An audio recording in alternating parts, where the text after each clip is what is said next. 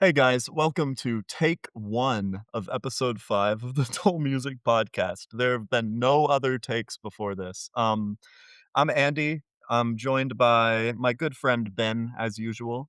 Today is our first episode with a special guest. We'll be bringing her on in a few minutes, but first, how have you been, Ben? It's been like a week since we last recorded.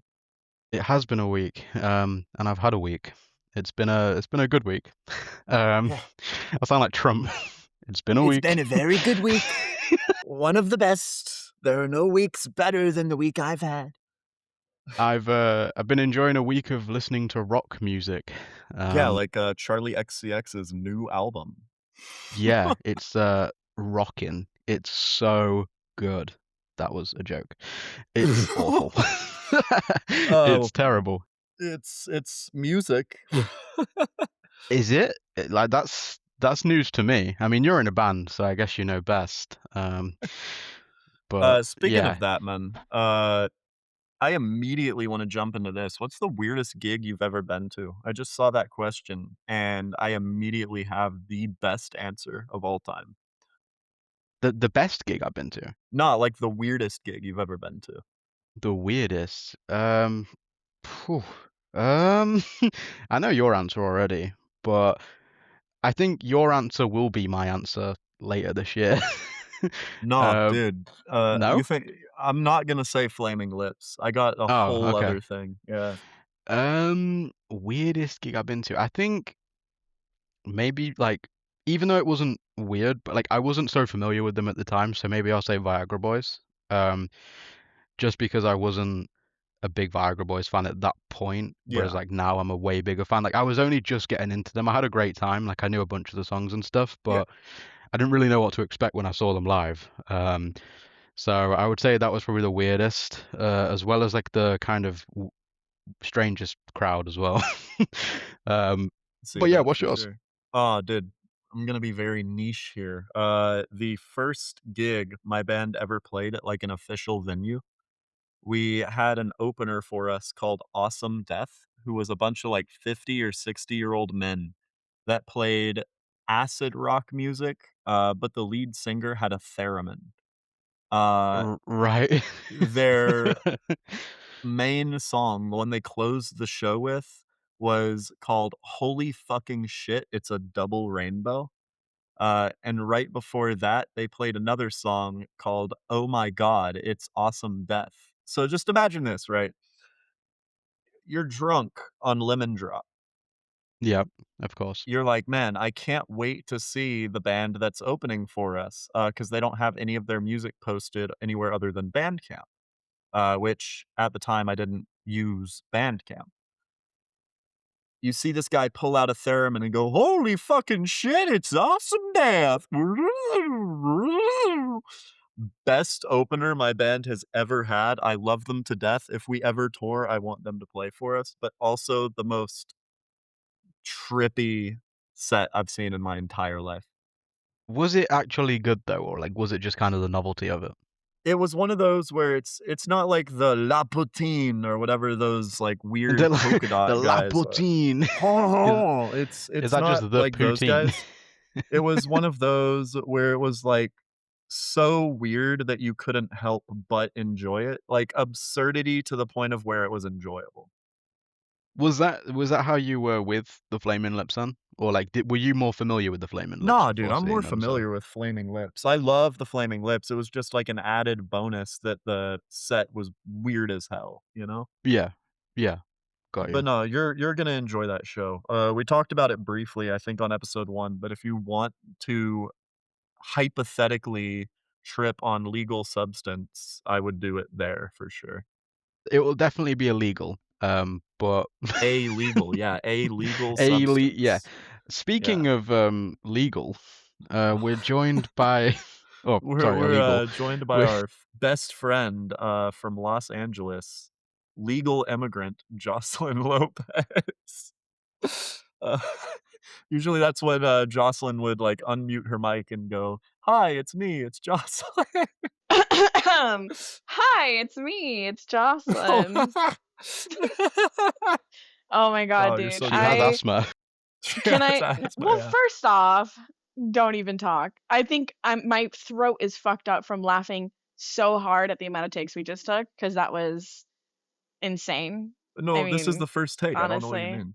First take. Oh, that's right. First That's take, yeah. right. But I kind of want to add, if you guys will allow me to add briefly, like regarding the what's the weirdest show I've ever been to, or I guess band I've ever seen.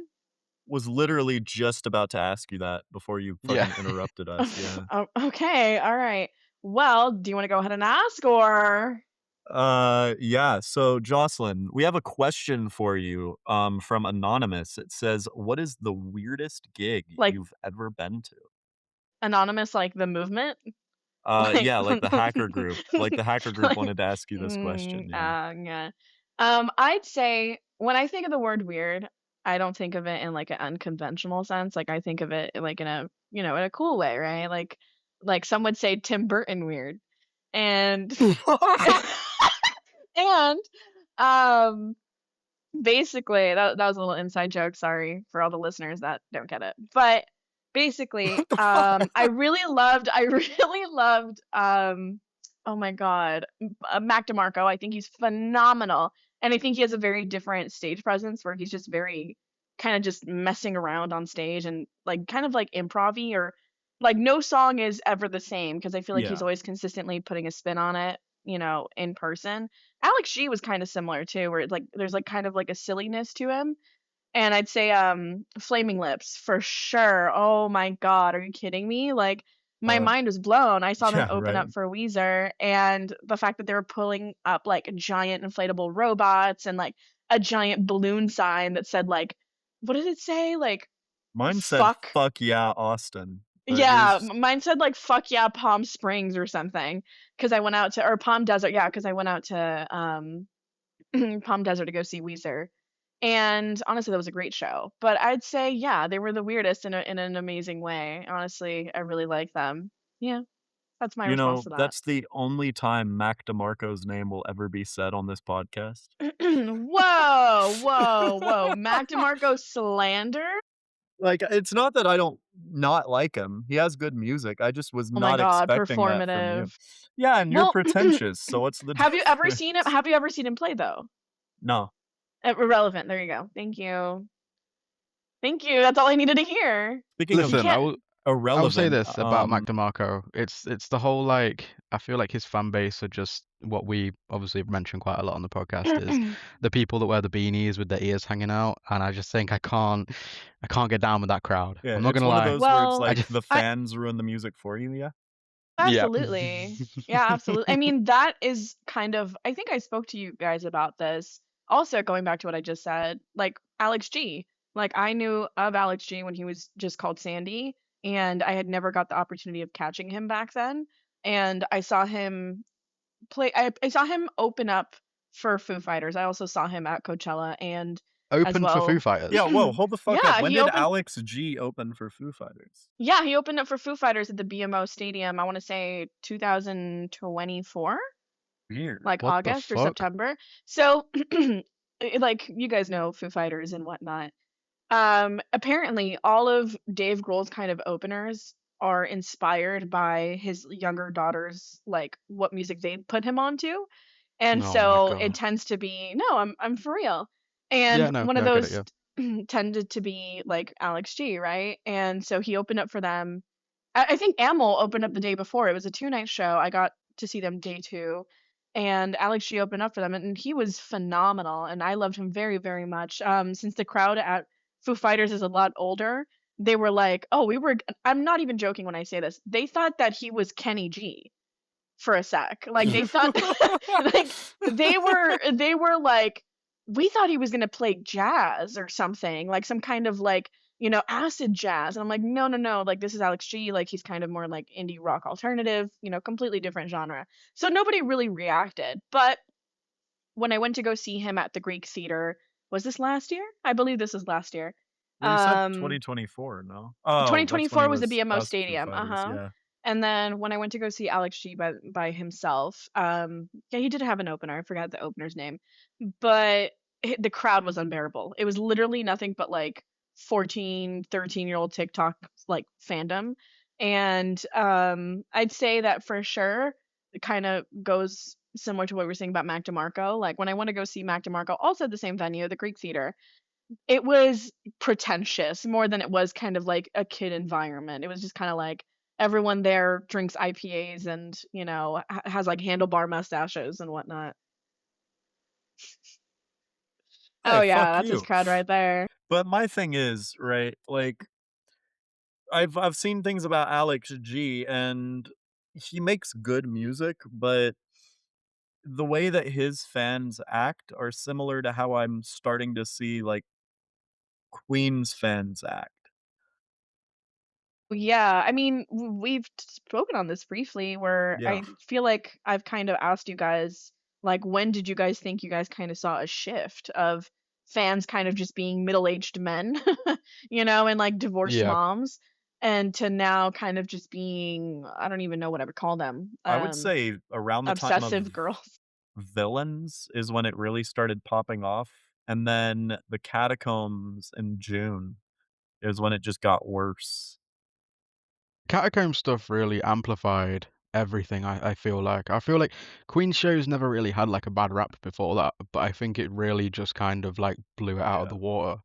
You know, because it it had was like such a yeah. clicky environment. It was very strange.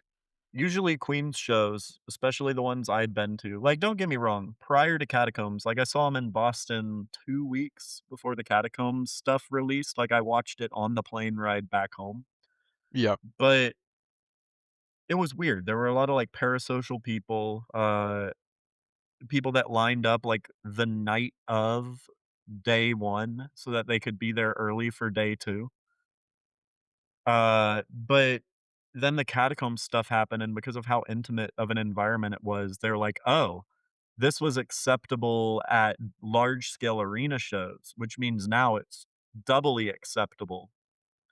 And it just weirds me out. Like, I remember when I met Josh, you could just tell he was fucking overwhelmed because he'd talk to one person and another person would, like, push in front of them and go, "Hey, Josh, Josh, Josh, Josh." Another person would push in front of that guy and go, "Josh, but blah, blah, blah, blah, blah, blah."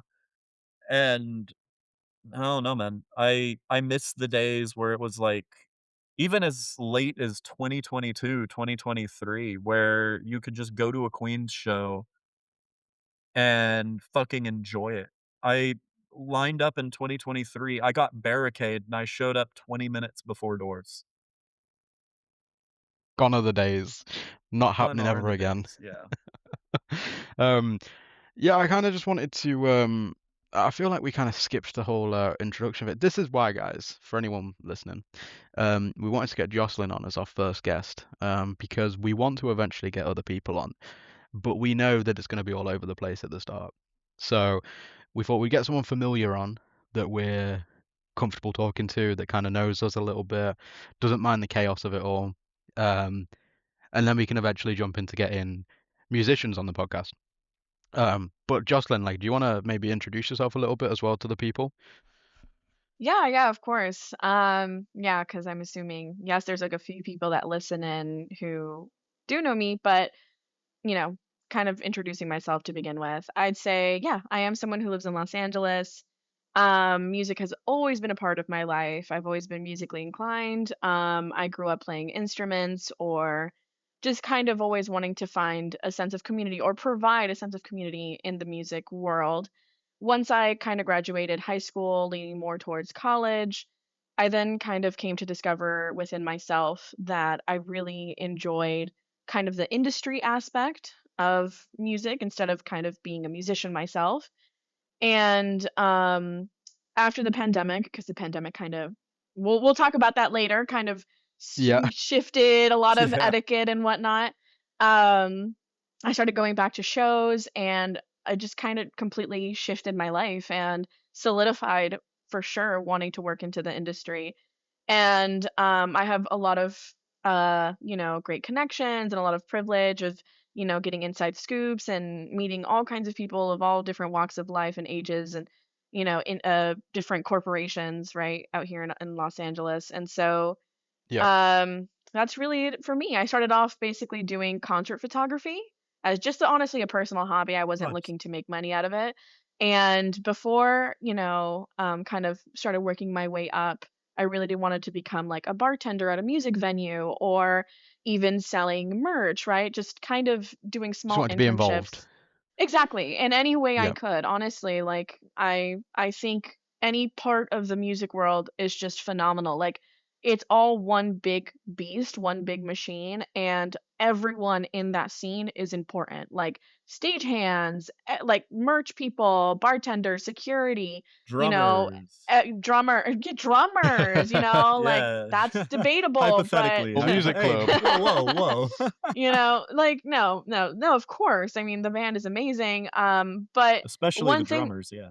exactly. But one thing that I've kind of learned to, discover as I've, been more involved into festivals and, music venues, for the like corporation that I work under, like, the people behind the scenes are literally what keeps the boat and, like, moving and what keeps the show, like, from continuing on, right?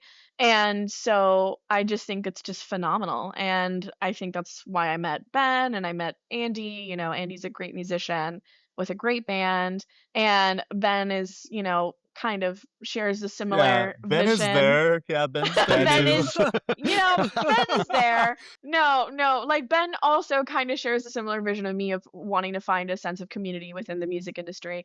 And also, I think he shares a very positive message, like not to fucking, like blow smoke up his ass, but where unfortunately that's Andy's job. Like, but Whoa. nowadays it music is becoming or is already very unaccessible, right? Shows are super duper expensive and all of these things, and so that is how I met them, and that is just something I'm always planning on preaching. And as I work my way up the industry, right, I'm trying to get very far and be very high up in the industry. I want to carry that with me always to kind of make it more accessible and more open for everyone, and that is why I'm here today. So, piggybacking off of that, we got some questions from, like, various people, but first off, I know a question that Ben and I have for you is, what is it like being in the outskirts of the industry? Like, what are some things that you're noticing that excite you, some stuff that you notice that kind of, I guess, gets you down or scares you? So I feel like I'm gonna start off with the scary part first. Um, and Woo! woo! Scary. And that was the fact that it is very competitive and not as easy to, maybe easy is not the right word. Again, I'm lack of better word, easy to be a woman in the industry. And that is something from the very beginning. I met a lot of women who were high up in the industry. They were either touring managers, which is what I want to become, women who their husbands were lyricists or writers, or they themselves were agents or managers, for musicians.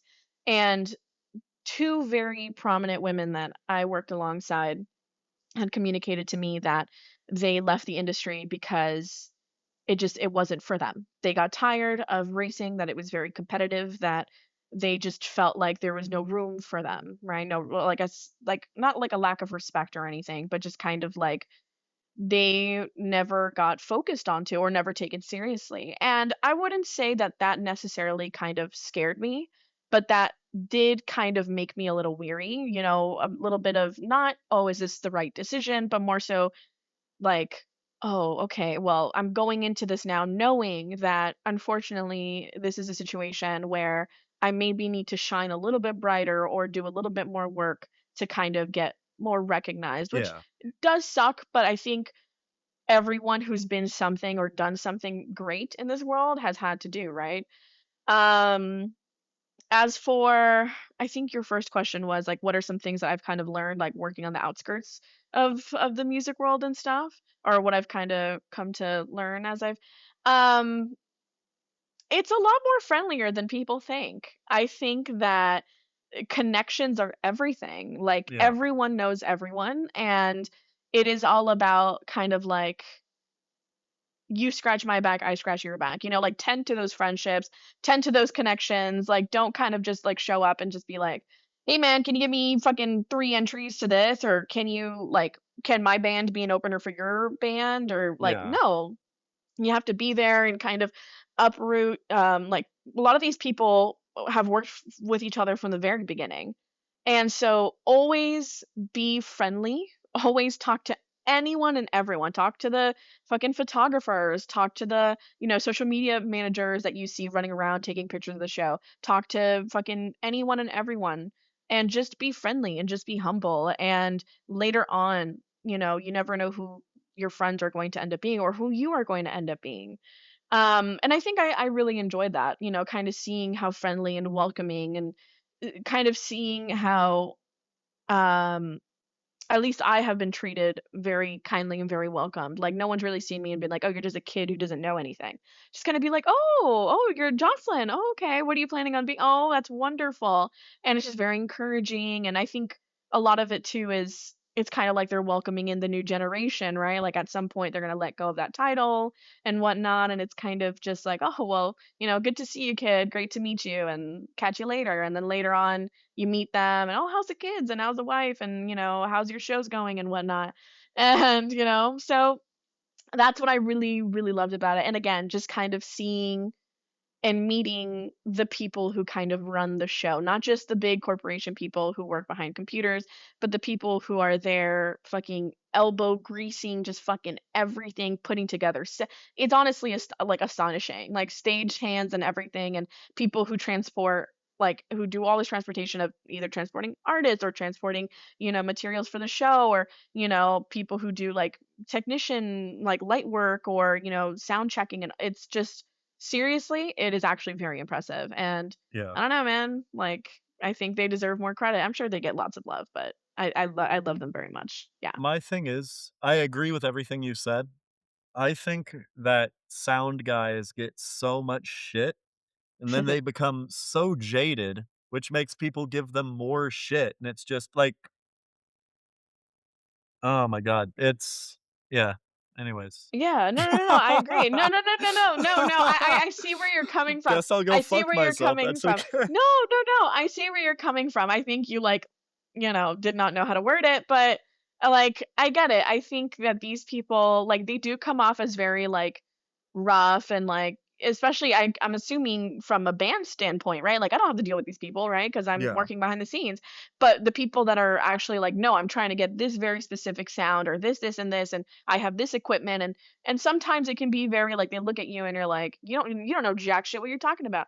And sometimes it's like you got to put a little respect on their name because they've been yeah, around, but it's also, I'm assuming sometimes they can be a little bit of an asshole and not yeah, work alongside with the band when you have a certain vision. So, yeah, I guess it's just I do think that the music world is a very united and very like kind like word. Like I think we're all trying to yeah. work with each other. But of course there's gonna be instances like that where, you're just kinda like, oh man, that 60-year-old fucking sound technician is a fucking dick. And then you know but I think Not we that all I kinda would can be. not that I would be speaking from, like, experience about that or anything. Aw. He Definitely. did like the sound technician work in his like fucking middle school fucking talent show, and he's like, "Oh man, they were so mean to me. They Yeah, were so dude, they mean were to me." so all I did was, like, put the volume up to max and not tell anybody to wear earplugs, what the fuck? Yeah. I just wanted Yeah. to ask you as well, Jocelyn. Obviously, in my opinion, if you're living in a city like LA or New York Mhm. or somewhere like that, you're in a very privileged position to have Oh, access to yeah. a bunch of shows, right? So obviously, it's something Absolutely. that I struggle with, and I've spoken to a lot of my followers, listeners that also struggle with this. And Mhm. it's like we live in places where to get to the show that we want to go to, it's like an hour and a half away, and like it's just Oh, yeah. it can be a pain in the ass. So this year, I know you've had the privilege of going to the Catacomb show. You Oh, went to Dave yes. Grohl's birthday show, right, with the Foo I did. Fighters. You went I did. to Coachella. Has there been like a standout or maybe like a top three shows that you've been to this year, maybe? Ooh, this year, so we actually spoke about this, Ben. I think Andy might have been there as well.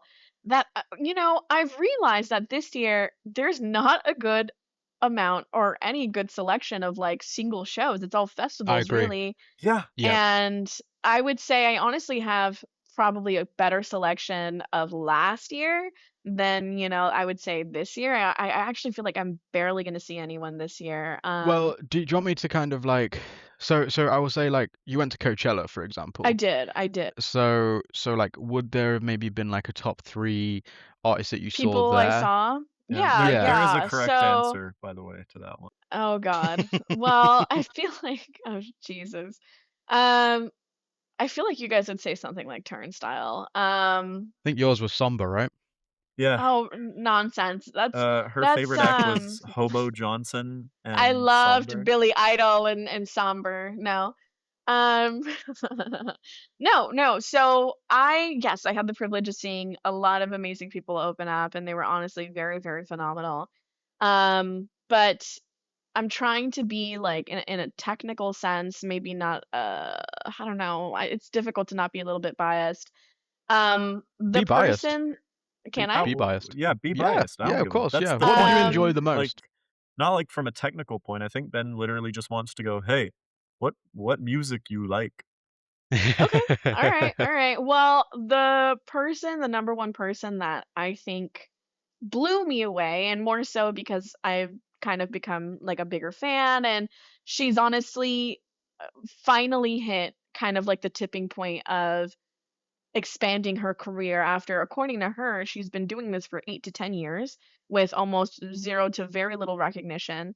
And she's been fighting like to the point where she said that this almost was her last album and it was the one that blew up. And again, I love the fact that she produces her own music, directs her own music videos, does her own costuming. She's just seriously all around phenomenal, and that will be Slater. Um, I'm very looking forward to seeing her. I believe, is it August? Yeah, I think August is when I would be seeing her, September, August. And I honestly think she was phenomenal, like mind blowing, just all around incredible. Another person that I saw that really blew me away. I had never seen her live before, but I had been dying to see her live because again, she's just a great choreographer, great costume. Like I don't think she does her own costume, but she has a great, like whoever does her own like costume and set design, like it's phenomenal. And that was FK Twigs. She was just like seriously was the absolute best. I really, really loved. I mean, picking three people is very difficult. I honestly really loved a lot of people. And for the last one, oh man, that's really hard. Iggy Nine Pop, Inch maybe? Noise. Oh my God, Nine Inch Noise was phenomenal. Iggy Pop was incredible. Do not get me wrong. I love Iggy Pop. I mean, he's iconic. He's phenomenal. I got to see him do his last show on Sunday, like, on weekend two, like at the very end and kind of say goodbye to everyone. And honestly, like, he's just kind of incredible. I kind of like that he kind of rolls around, haphazardly on stage, kind of like a Sphinx cat. Like, it's Yeah. just it's giving, right? I love it. I mean, I'm glad to witness that in real time. Computer, Um, put up a picture of Iggy Pop's Sphinx cat. yeah, I can Iggy do that, Pop, yeah. Sphinx Cat. Um, um, but I would say, oh my God, I mean, I'm honestly having a really hard time. I really liked Wet Leg. Wet Leg was really good. I think Wet Leg did.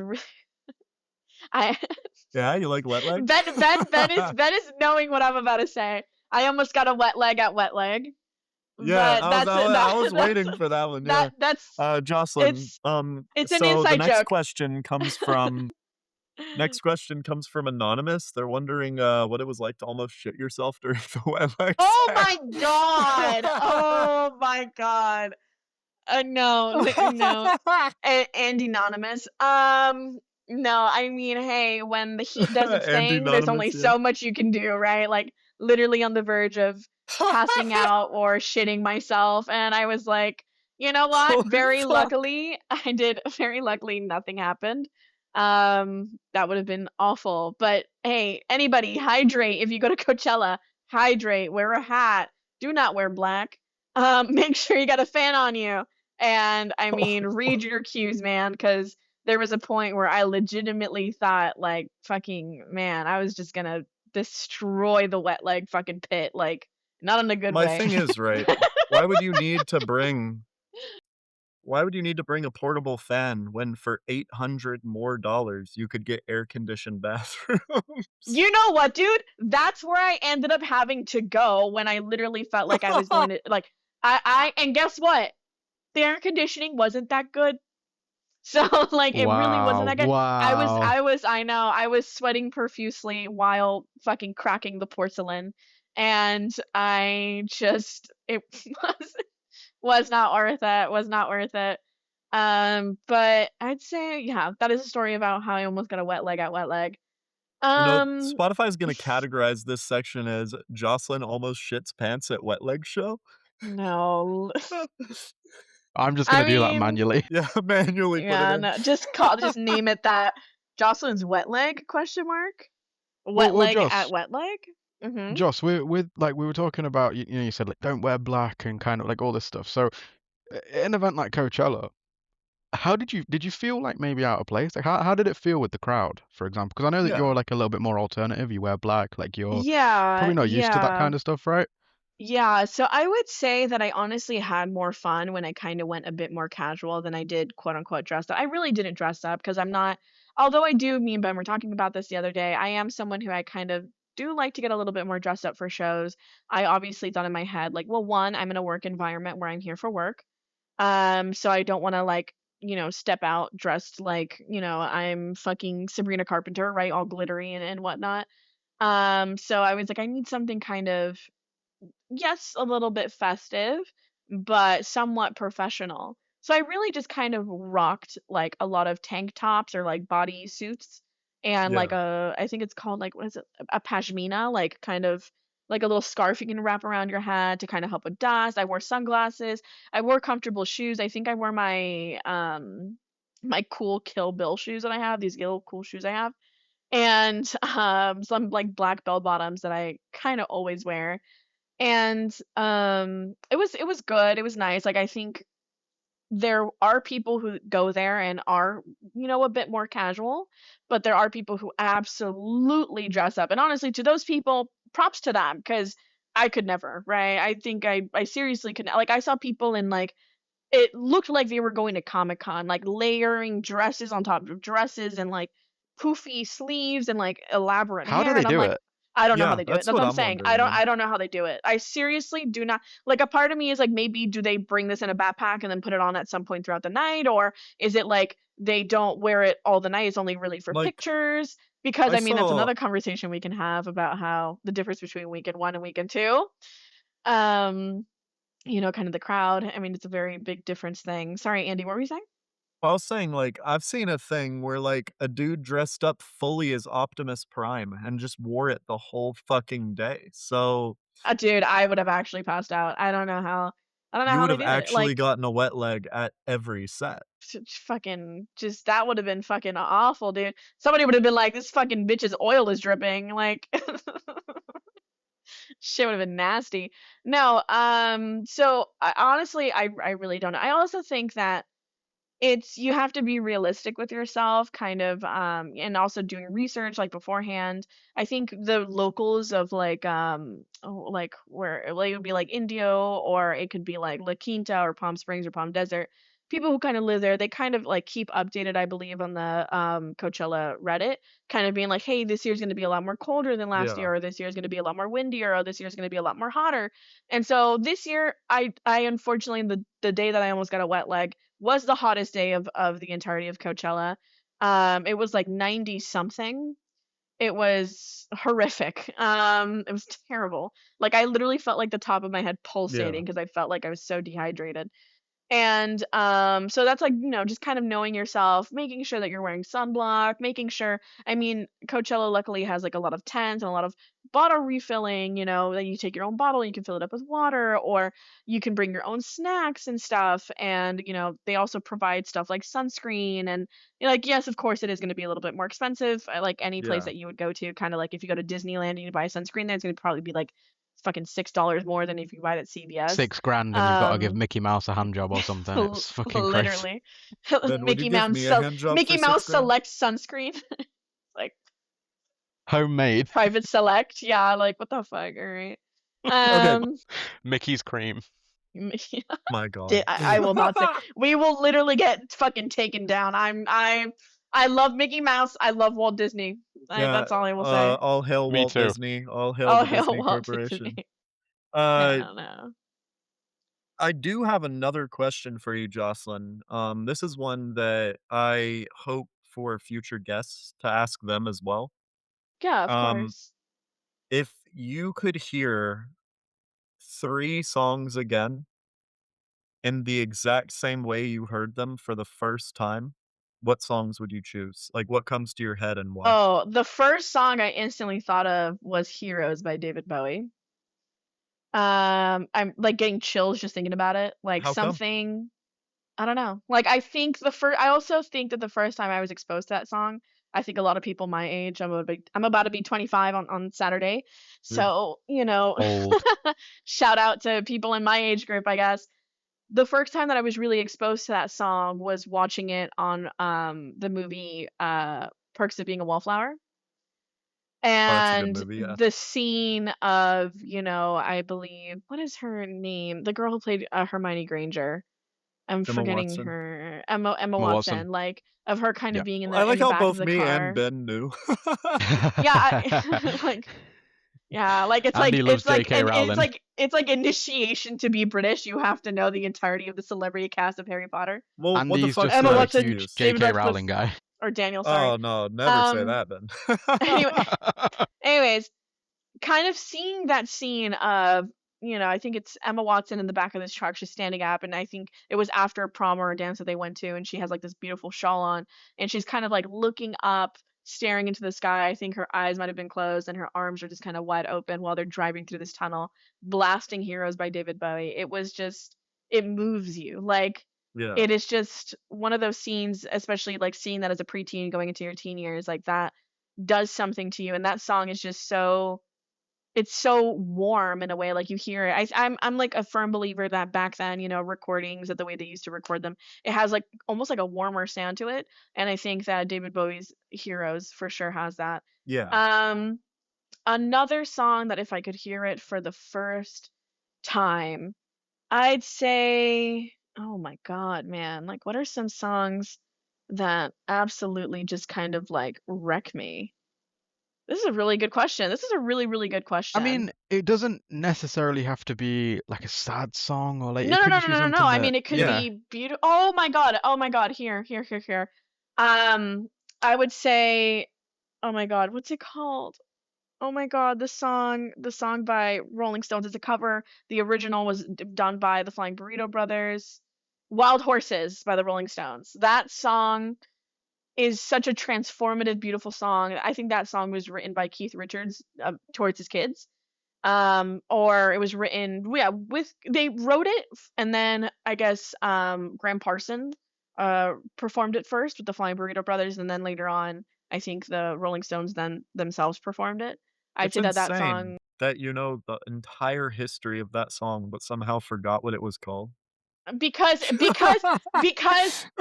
ever are you ever just moved by something so much that you're so overwhelmed that you kind of like lose what you're thinking of in a ADHD works in moment? weird ways. Yeah, it That's Well, what there I'll you does. say. go.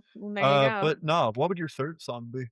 And then my third song, I would say, what's a song that like just absolutely like Sea I very Lion by resonate with? Miles. Mo Bamba by no, like Check West. shade. No. I'd say, gosh, yeah, this is a very kind of like, In the oh, meantime, oh my God, oh, I goddamn, Never okay, Came by whatever. Queens of the Yeah, Stone was Age. waiting for that one. There we go.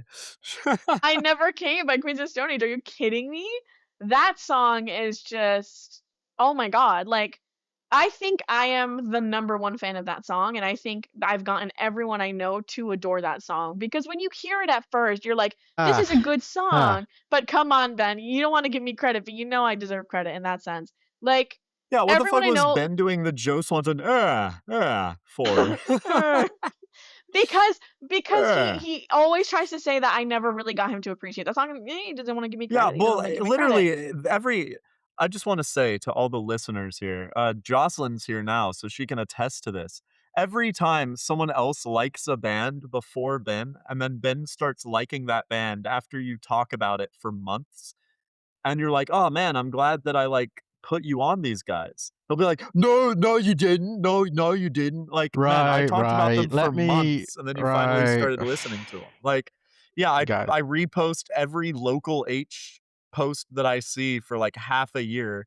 All of a sudden, Ben finds out about him a week ago and goes, "Yeah, well, you had no influence on me listening to local H, or Yeah, because Incubus, or Marcy's I Playground." historically love local H.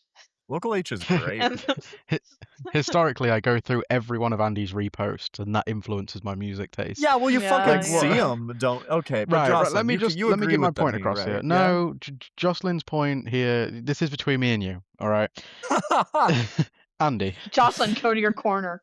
Yeah, Jocelyn, mute yourself again. Okay. sit this one out, Jocelyn. Yeah, Yeah. know your Right. place, Jocelyn, come on.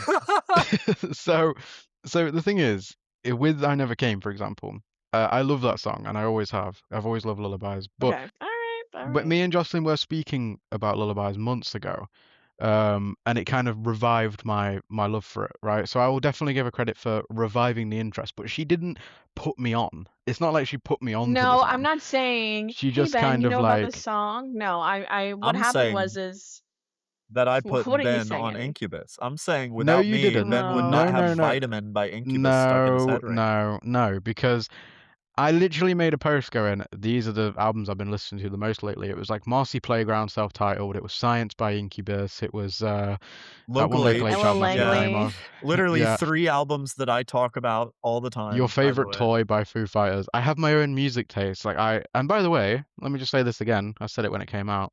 Your favorite toy by Foo Fighters is a good album. So It's growing on me, man. thank you. Thank you. Window is slowly becoming one of my favorite Foo Fighters songs. It's Yeah. really, really good. And Violet Grohl is a genius. um, She's not gonna let you hit, man. She's not gonna let you hit, man. she's no, that's not really my type of person, to be fair. I like them older. Holy shit, saying that on a podcast is crazy, man. But what? Jesus Christ! Come on, guys. That's not the Okay. craziest thing we've said all podcast. No, Yeah, that's no, true. no. Oh my god. But yeah, I never came. There you go. That's my Yeah, answer. I never came. I'd say that I think what really happened, I've always loved that song, but I think what really amplified it was the time that I was at an overlook with my boyfriend, and we were sitting listening to the entirety of Lullabies, and he kind of looked at me and gave me a whole different perspective on that song itself by kind of giving me his input on it, and it kind of clicked even more somehow.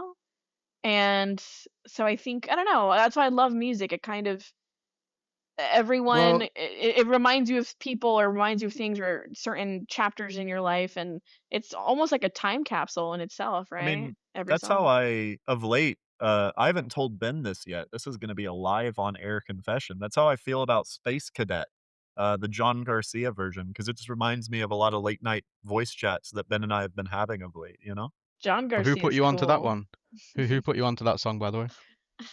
I'd like to have Your John ass did Garcia on not the put me on podcast. Space Cadet.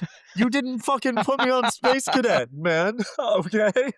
You're like, "Oh, yeah, there's a John Garcia version of it." I will admit you showed me that one, but Which is the best version, by the way. it is the if best if you version. guys if you guys have John Garcia on, can I join? Uh, Yes. yeah, we'll talk about it. Or Chino Moreno. Yeah, What is we're never Uh, getting Chino on. oh my god, we're 44 minutes in. Okay, Yeah, that's okay. time flies when you're having fun. Jocelyn on a podcast, yeah. Um, so Not fun, just her on the podcast. Yeah, just so me. kind of rounding back around, I want to just get through some follower questions as well, because obviously we Sure. spoke a bunch about our own questions, which we've all rambled on about. But Justin has asked, is there a most underrated live performer that you've seen? I think we can kind of go, so I'll give mine first, and then we can go to you, and then we'll go to Andy, Okay. if that's all right. Okay, fine. Andy, you kick us off. Oh god, give me a fucking second to think about it, Okay, What was the I'll Jesus. kick us question again? off. The best live performance I've Most seen? underrated live I'll performer. yeah, Oh, I'll most kick us underrated off. live performance. So, Okay. most underrated live performer. So, I think there's a few bands out there that their live versions always sound way better than their studio recordings You for and me are whatever Yeah, gonna have I've the reason. same experienced answer that on this then. too. Yeah. And I have a handful. So for someone like, I will say, like, for example, let's just go like a Joey Valence and Bray. For the Fuck you, energy that was my alone, answer. Yeah. it's just amazing, right? I Oh my mean, you've even God. seen them, Josh, right? You've seen Well, yeah, JVB. yeah, yeah. I When think they all did three of us the have free seen LA JVB. show. Yeah, when they did the free Yeah. LA show. So that immediately springs to mind, but I think that is just more so for the energy. Um, Hmm. and then for the main one though, I'm gonna go Viagra Boys again. I Nice. think Wow. Sebastian Murphy, the front man, amazing energy, amazing live performer. He's kind of got that like Iggy Pop thing where like he just doesn't give a fuck on stage, shirt I love off, just that. like Yeah. yeah, just fucking going for it, smoking a cigarette halfway through a song. It's he's a fucking badass. And I really enjoyed their live performance to a point where I really wanted to go see them live again in February or March, I think it was. Yeah. But tickets had sold out. I kind of left it a little bit too late, and it was their biggest UK show to date as well. So I'm really bummed I missed out on that. But now, yeah, we'll go to Andy then. What was yours, Andy? Yeah, so I was gonna say Joey Valence and Bray, and then some British fuck said Joey Valence and Bray. So, what I would say now, Jerry Cantrell, his solo tour, Oh, really? I've seen him his solo show 3 times now. Obsessive much? Every single show has been fucking Groupie? amazing. Fuck you, Jess. Andrew Von Braun. Andrew That's a Kohler.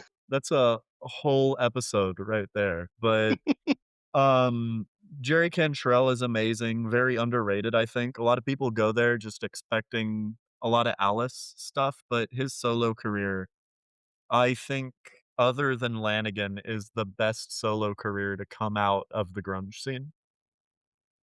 Not Eddie Vedder, maybe? Nah, man, Eddie Vedder's solo career, it's good, but for me, it doesn't hold a candle to Cantrell. That's fair. Uh, Yeah, fair and enough. then I'd also say, fuck, it's a real toss-up between, um, I don't know. I'll just stick with Jerry Cantrell. Stick with Dinosaur Jerry. Jr. My other thing is, like, I would say Dinosaur Jr., but they have, like, a very niche, diehard group of fans. Yeah, yeah, yeah. I think So, anyone who knows them really likes them, and they're good. They're because good. I've it's seen like them. it's one of those But things yeah. where for an average person going to a show that has Dinosaur Jr., they'll be like, "Oh, that was way better than expected."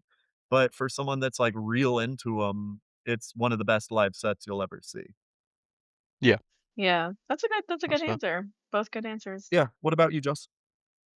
I would say I've said this before, and every time I say it, it's responded with controversial, like, Oh "Oh, God. really?" More specifically from Andy and Ben. And I would say that Weezer is very amazing in No, person. They're Weezer is the actually best live set I've ever seen, I actually was 2024. blown away. I was What? seriously oh, dude, What? I was seriously blown away when Their I Blue saw Album tour Weezer. is fucking Guys, Oh my god, incredible. guys. no, Ben, no, no, no, no, no, Ben, dude, no, no. no, Ben. You don't understand, man. It You was don't get it, ridiculous. dude. It They was went to the ridiculous how good they the were. the whole fucking show. We're talking about the same tour. That's Yeah, yeah, the yeah, one the that I'm talking blue, about Dinosaur Jr. yeah, from. the Blue Uh, Voyage tour, I believe. they literally the whole thing was they were on a spaceship flying to the blue planet. They played all of their hits and then played the Blue Album in full. What a Guys, this fucking is show some that was. guys.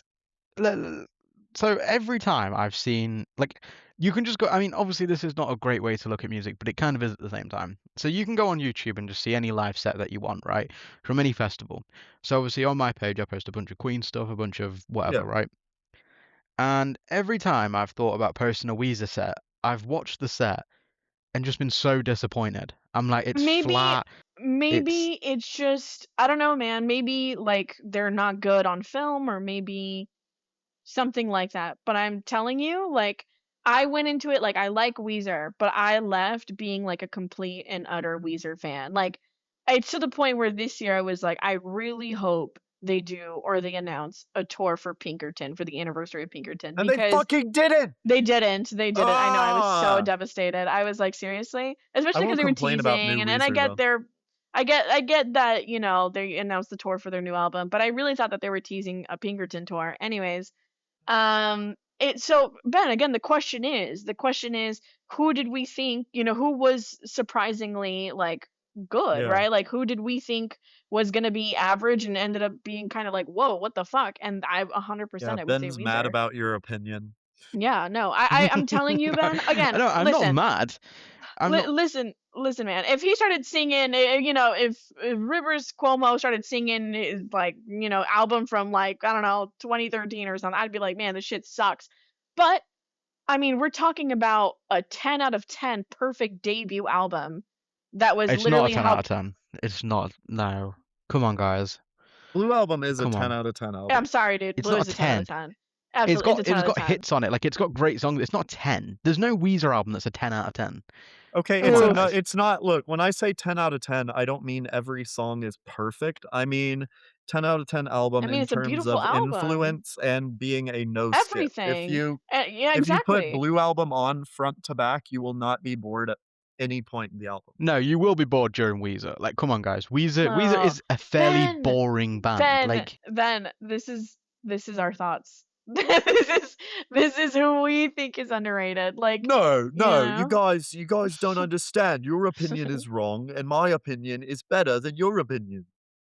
No, literally. all right, guys. All right, guys.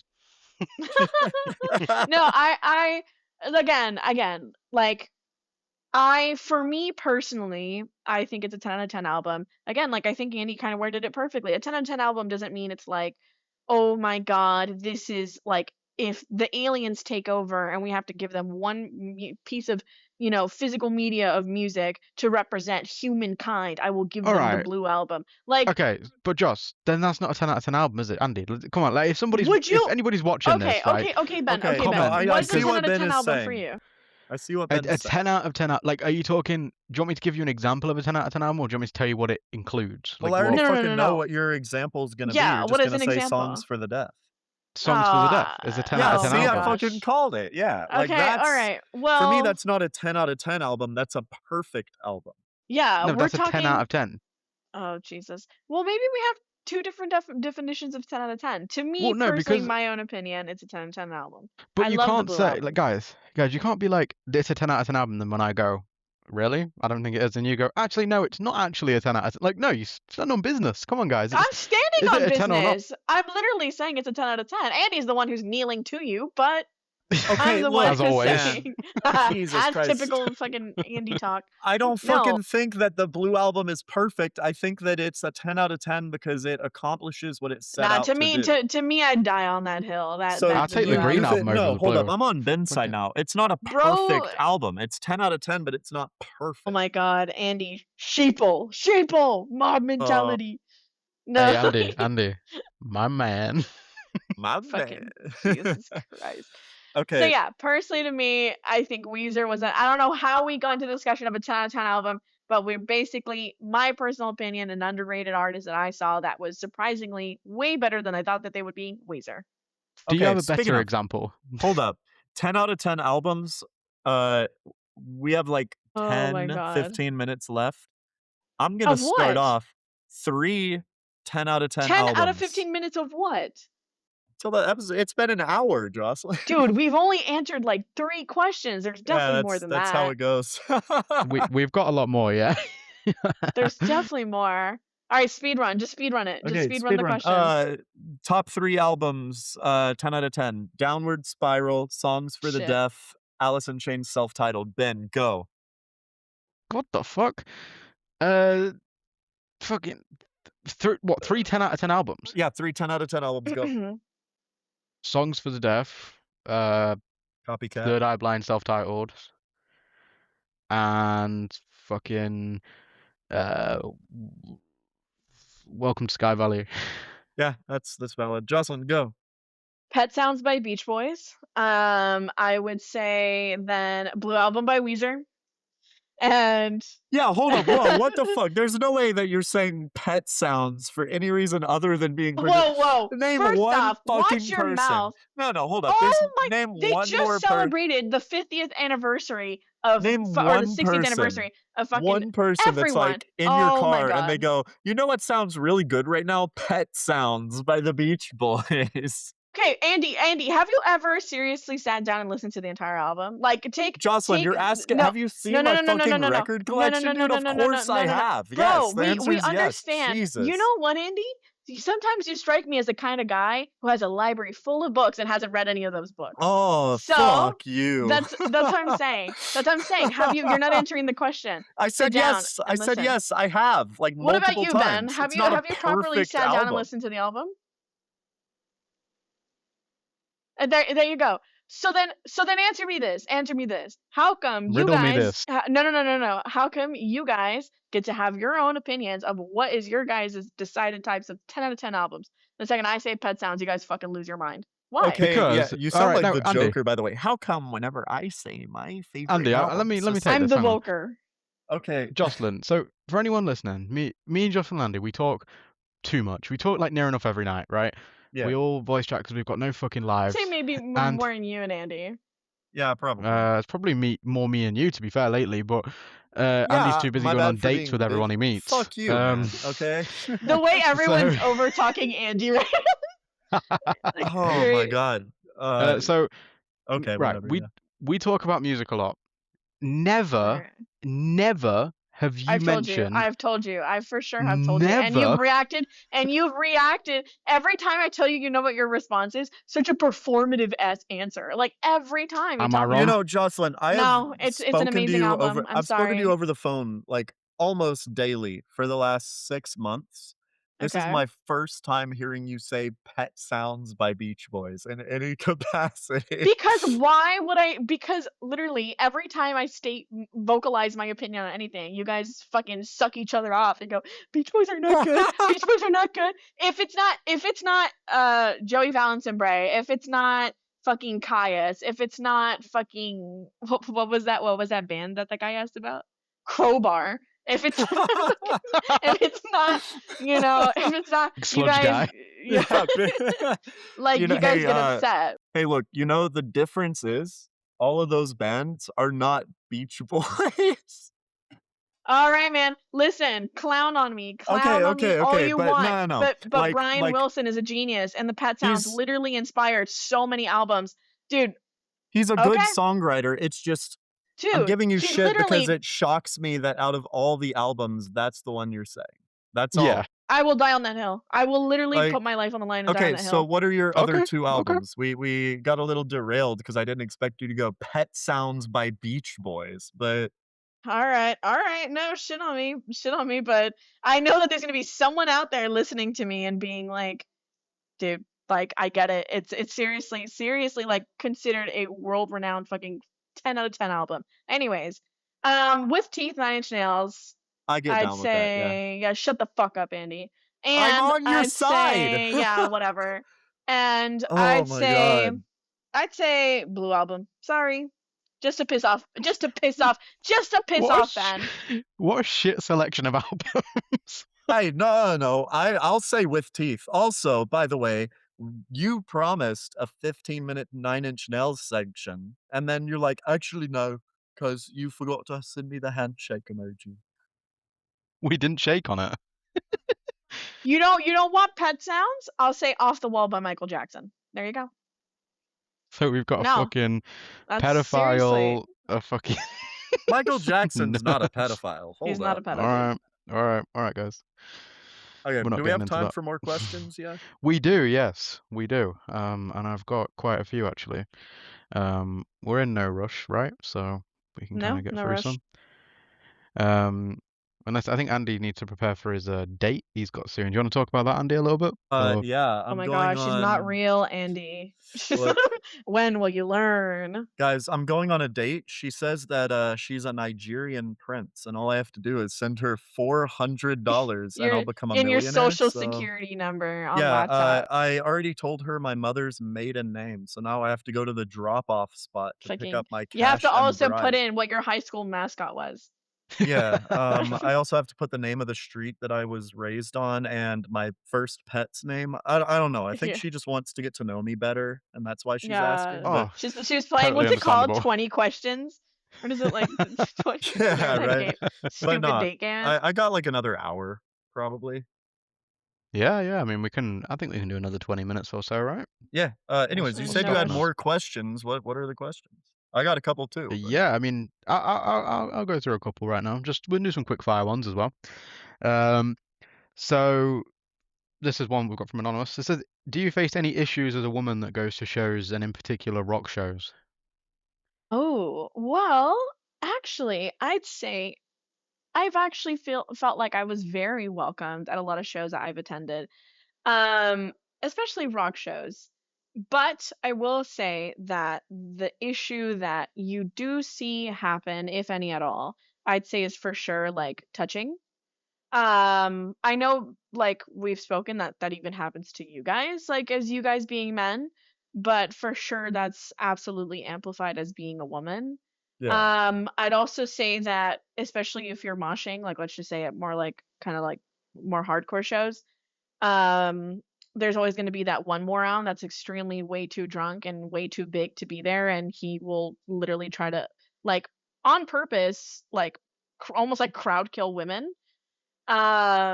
And that's for sure an issue that I've dealt with. Yeah, just like morons, just trying to specifically target you as a woman or just kind of make you feel unwelcomed in whether by being way too touchy in like a sexual sense or way too touching in yeah, like they're trying to beat you up type of mhm, sense. So that is the negative side that I've dealt with. But for the most part, everyone's very nice and I feel very welcomed, especially in like I actually feel like most people who attend alternative like rock or metal or punk shows, they're very kind and they're very like, respectful and very united. It's a very good, safe environment. The worst environment I have ever been to at a show, I'd say, was a Mitski concert and a Harry Styles concert.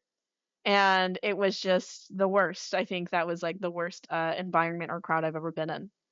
Can I say, do you think that it's a bigger issue within sort of so for example, like we take me and Andy are looking at going to Sick New World, right? We're hoping we can get there. Hmm. So for Sick New World, that festival will be very like I don't know, I feel like there's gonna be a bunch of middle-aged dudes there. It's gonna be kind of a bit of a sausage party. Like there's gonna be just a bunch of dudes there. Like well, you're Literally. also gonna have all um the girls that found out who Korn was on TikTok that Or or you're by are gonna doing gonna the find dye their dance. hair. you're gonna find like I feel like places like that you will find middle-aged men, or you will find, older men with their sugar babies, or you will find dads with their kids, like they'll Yeah, take their 7-year-old son or their 6-year-old son, or you'll find like, yeah, like alternative performative people, which I mean, you're gonna find that Well, at any show, Joss, right? do Mm. do you what I'm gonna say is though is do you think that like the reason that festivals like and I know I don't want you to like shit on certain festivals or anything. I know that you're kind of Yeah. like working within it all and stuff, but like do you think that that's why festivals like Coachella and other like big sort of pop oriented festivals get such a bad rap now? Because do you think the people that attend those festivals kind of have like a thing where they think they're above people? You know, like they think Yeah. that they're just kind of they've got something over you in a way? Yeah, yeah. So like, detaching myself from like my company, like I think I definitely for sure like as a human being, I will sit here and I will say that again, like I mean, we even spoke about it even regarding just post COVID. Like everything has changed when social media and influencers became a thing. yeah, I was even like told by people who obviously when I was way too young to be attending festivals that shows and festivals were just completely and utterly different before. And I think now, unfortunately, there are sections and there is privilege at festivals and shows where it is media and more specifically influencers that are able to attend and stay in those certain areas or get yeah, those certain perks or those experiences, which is, in my opinion, really unfair and it's caused a lot of division. Um, and it's also kind of like lame because those are also the type of people, like, sorry if this is controversial, but those are the type of people to buy tickets or maybe not buy tickets, but get put and want to place themselves right in the center of the pit or right like I don't know something, and then they get upset when people are like too close to them. It's just like, come Yeah. on, dude. If you don't want to be, like pushed around a little, or if you don't want to be, like, dude, I've been in situations where fuck, man, like I've smelled fucking disgusting ass man fucking feet and balls like right next to me and surrounding me, and I'm just like, yeah, because I'm surrounded by men and there's nothing I can do, you know. Like I realize like by putting myself in that situation, especially sometimes I feel bad for dudes because they're like, oh, I'm sorry, I didn't. It's like, no, dude, I get it. Like we're all fucking crushed up against each other. There's nothing we can do, but it's mostly like humble people or people that really love festivals or shows that attend those and are like, oh yeah, like this is what's gonna happen. But people like that, they kind of go into that, "Oh my god, I'm gonna talk about something that I fucking hate," and this might be Yeah. controversial. I hate it when people put, especially at shows that they're not supposed to, when they put other people on top of their shoulders and they block a Yeah. bunch of people's view. I Or when they have those hate fucking that. signs, they're, like, at barricade, and they have a massive sign that says, Yeah, "Play I X I song," and they hold it up and block the whole everyone show. behind them. Yeah, Yeah, yeah, yeah.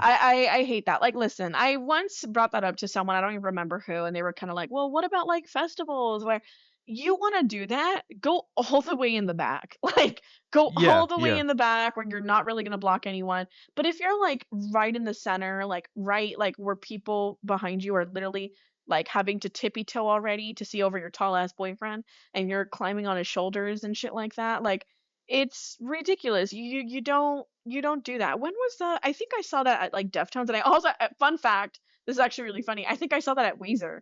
Like I think I saw like an influencer girl. Like you know how you can, maybe this is fucked up. You know how you can tell when someone's like an influencer. Like there's just a certain look to them, like the way they dress or the way that they. It's almost like they're too polished to be there. They think they're the main character, basically. Yeah. Yes, yes. Like they're dressed kind of like for the wrong occasion. Like it looks like they're almost gonna go to like a fancy dinner date or something, and they're just kind of like, you're gonna be surrounded by gross, sweaty men. You know, like maybe you shouldn't wear that. And yeah, or you'll find like yeah, like people who want to do photo shoots or who do like really weird shit, and it's kind of like it sucks that they get to have a better experience or better wristbands or better access to a lot of these things, and I do think that it's caused more like monetization on like selling more merch or setting up more things or kind of again like I think that's what's created kind of like a what is it called, like a hierarchy, like a tier list of like, oh, like GA influencers, like on top of them, VIP. Yeah. Like it's just like, no, dude, like let everybody kind of let's welcome everyone with open arms, but also don't go in there being privileged and ridiculous. Like just be humble and awesome and keep prices accessible and just build a sense of community for everyone. Again, like I said from the very beginning, I'm very interested in kind of having a community for everyone. So yeah, I do think that's for sure affected things. I agree 100% with you. Yeah, That's I my don't like thoughts. the whole like I mean we were talking about this on the last step and we were kind of saying that people maybe should take a step back at festivals specifically and just try out standing at the back and stuff and just like have a I think sometimes you have a better time, like if you want people on your shoulder because the thing is like I understand being in the moment, having someone on your shoulders, like having a good time and stuff, but people like are looking at you that are around you and just going, "Fuck this guy," like they're just not Yeah. happy. Like Yeah. you're creating enemies around you, and in my opinion, like that's the worst thing ever. I don't want to be in like a sea of like 30,000 people, and everybody within like 100 people of me fucking hates me. That's Yeah. the last thing I Yeah. want. No, So absolutely. I mean, kind of like what you just said. I'm someone who's gone to a lot of shows, and as someone who, because of my work, I've now had to go to a lot of festivals. Even I felt overwhelmed. Like there was yeah. moments where I'm like, I need to step back and kind of be on the sidelines because it's a lot. And honestly, those were probably my more enjoyable favorite times. Yeah. Yeah. Well, I mean, like, I feel like there's no better feeling. Imagine going to a festival with you and like three or four other friends, and there's a band that you really like, and instead of just being fucking crammed at the front or in the middle, like you just kind of you stand at the back where there's a bunch of space where you can all kind of just dance and jump around and sing the songs and just like have a fucking good time. Like I think you're gonna remember that a lot more than you are just kind of being absolutely crushed in the front of a fucking crowd. Yeah. Um, Mhm. like I referred to it on one of the other pods, like one of my best memories at a show was seeing the Killers, and I didn't even like them. Like I didn't even think they were that Mhm. good. But we were all just like, it was me, a couple of friends at the time, like four or five of us. We was all sat on like this like hill area, like right at the back, and we were just like laid up on this hill, just watching the fucking Killers play out all their hits like Mhm. core memory. You know, like I really enjoyed that, and I wouldn't have enjoyed it if I was in a sea of like. I mean, at that event, you know, 40,000, 50,000 plus people just all crammed into one giant fucking Yeah. space. Like, I just think it's too much, especially at a festival. You've been on your feet all day. You know, like the last thing I want is to just be like just dying in the middle of people. Like, I just want to be at the back chilling. Like, and I said this on the last episode, but if anybody is like contemplating it, try it out at the next festival you go to. Just Yeah, kind of like take the back burner because I think it's different to concerts within like if I go to a concert, I normally want to be near the front, but I think festivals are definitely a lot different. I mean, just the atmosphere at festivals is a lot different, as you said. You know, I think a lot of people don't go to concerts, but they go to festivals, so the etiquette isn't as good as well. Yeah, which to 100%. me is kind of crazy because it's like I feel like one is like I don't know, like one is way more, in my opinion, way more chiller, and the other one is kind of like really overwhelming. It's a lot going on. Well, it's because I think festivals are more of a social thing than a gig. You know, like not many people really go to festivals solo, you know, Yeah, but a lot of people go to gigs solo. I mean, I went to the festival to go see Queens at solo, but that's because it was a very small festival, like probably 6 or 7 thousand people there, like a very small area. There wasn't like much going on, but I couldn't really imagine going to like a Coachella solo, you know?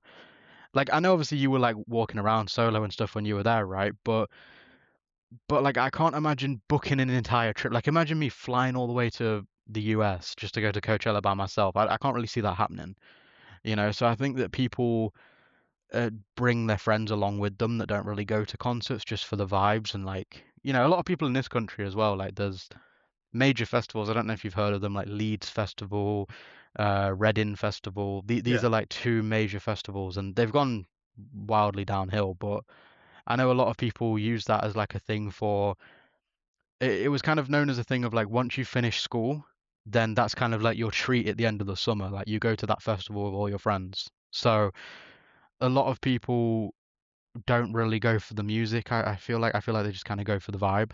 yeah. I feel like a And lot of that's people. Oh, sorry, go ahead. no, go ahead, dude.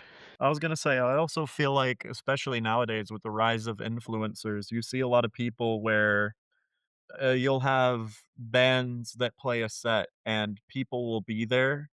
I saw it last year, ACL Fest, local Austin music festival, Pierce the Veil was there, and the amount of people there when they played So Far So Fake, half the crowd left. 'Cause they were just there so that they could record that because it was a trending audio on TikTok, and it's like, "Okay, well, you waited there for some of those people I saw there at the set that happened 3 hours before." And it's like, so you really waited 3 hours, recorded So Far So Fake, and then left. Well, somebody that fucking loves Pierce the Veil could have been 3 rows away from barricade or could have been close enough to the pit to actually be in the pit. But you were just there so that you could record a fucking song for your TikTok. And I feel like at festivals that happens more because there's so many bands that you're obviously gonna see one that's popular and you'll film it, but it shows it's more of a commitment because you're there for 1 band, maybe 2, maybe 3, you know? And you know what? Like that really annoys me because I'm somebody that wants to like eventually make content and stuff around festivals. Yeah, And I never want to be categorized as that type of person, even though I know I never will be that type of person because I'm yeah. just not a pretentious arsehole. But the thing is, no But like, matter what, just if you make content, people are just gonna automatically fucking assume because everyone else has ruined it. I yeah, would say that there's a big difference between being a concert or live music journalist and interviewer than being an influencer. At least my Yeah. opinion.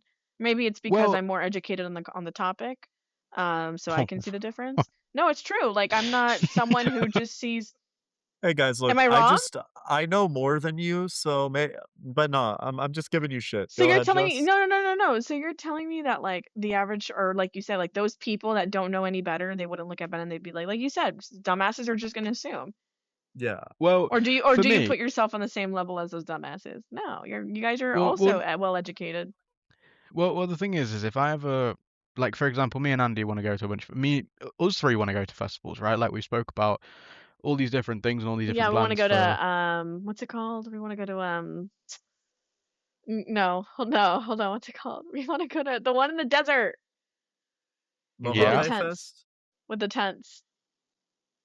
we're not going to the tent festival What? now. No, what's it called? Burning um, Man. Burning Man. Oh Burning Burning god. Man. Man. We want to Oh go to yeah, Burning we wanna Man. go to Burning We're Man we so bad. we're not going to Burning Man, but a part of me would find it fucking hilarious to go there and just record what it's actually like. Like, can you imagine me Oh, at but I Burning told you Man? you can't Like, record there. They're like yeah, but really you can though. No, anti-recording. no, you can though. Like, you can. Like, there are vlogs of like people going to Burning Man. Like, I've watched them. I just know that it's very pretentious. Like, people have just got to Yeah. stick up their ass all the time. Yeah, it's like Like those are the people. people that Yeah. they like You role know, play being poor. I heard that they put Yeah. the stick up their ass so that they don't get a wet leg. Maybe that's what I needed. Maybe I should have been a Burning Man. Yeah. A Well, Burning the thing Man. is, Birmingham.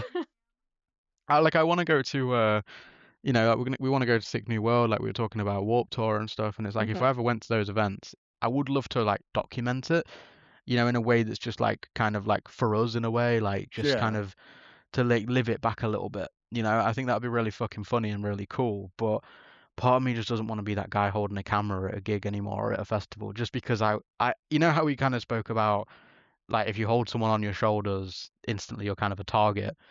I don't want that around me if I'm Yeah. holding my phone out, So that always has put me off. Um, which is a shame. Like people ruin it, don't they? I mean, all these influencers at Coachella and stuff, like every video I've seen has just been like it just made me roll my eyes instantly. Yeah. And it's like part of me wants to go and experience Coachella firsthand because me and Jocelyn have spoke about this privately a lot, and she said, well, obviously I don't want to speak for you, but like I remember you saying that like there are parts of it that were good. There's good parts of Coachella. Like it is decent. It's more so probably just the people, right? Yeah. So Yeah, I feel yeah. like I need to go experience it first. And I mean, I think we need to make Coachella like a bit more alternative again. I mean, if you look at the fucking I lineups mean, from yeah, years gone by, like originally it was like I know this is gonna sound laughable, but in a way it was like originally marketed as kind of like a punk rocker like electronic fest, I like mean, yeah. yeah, originally. My thing yeah, it is you was. see that so much with festivals nowadays. It's like things like Sick New World and Welcome to Rockville are only popping up because things like Coachella, Austin City Limits are becoming so EDM and pop centric, you know? Yeah. Yeah, you know what though, Andy? I think there's going to be a shift. I can already sense the Yeah, shift. with Like, Turnstile. well, no, but just like in general with I think people are sick of like mediocre like rap acts and pop acts. Like I think people aren't like if I was watching a Coachella vid not too long ago of TPD TV and like they went and saw like Addison Rae for example and people like that and dude, terrible, like terrible set.